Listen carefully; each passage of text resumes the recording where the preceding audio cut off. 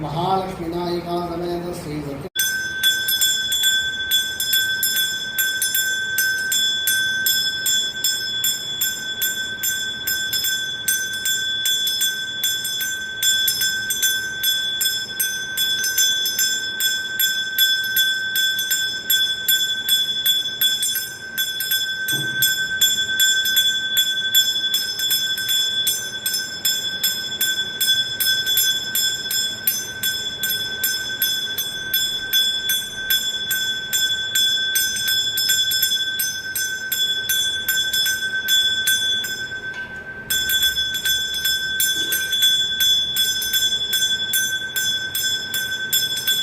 नागाय नमः युक्तं पूजयामि ओं कमलनाभाय नमः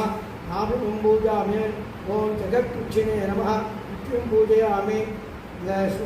ओं लक्ष्मी भक्तस्थलवक्त्रे नमः भक्तस्थलं पूजयामि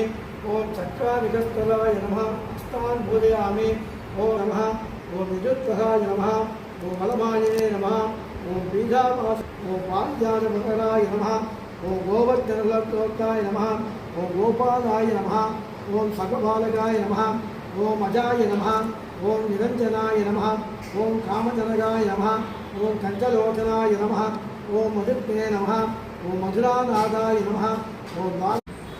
ஓர் புண்ணிய காலமாகிய நன்னாளில் சௌனகாதி மகரிஷிகள் நைமிஷாரண்ய வனத்தை அடைந்து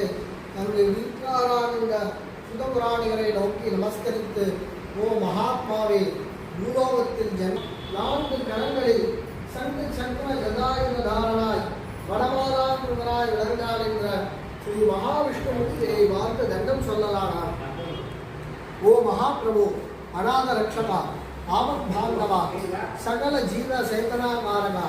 உமது திருவடிகளே சரணம் என்று சோத்திரம் செய்து இந்த நால்வரையும் போக்கிக் கொண்டு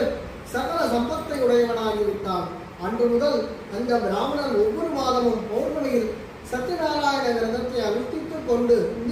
சர்வ பாப நிவாரணனாய் மோட்சமடைந்தான். ஆகையால் பூலோகத்தில் யாராயினும் எப்போதாயினும்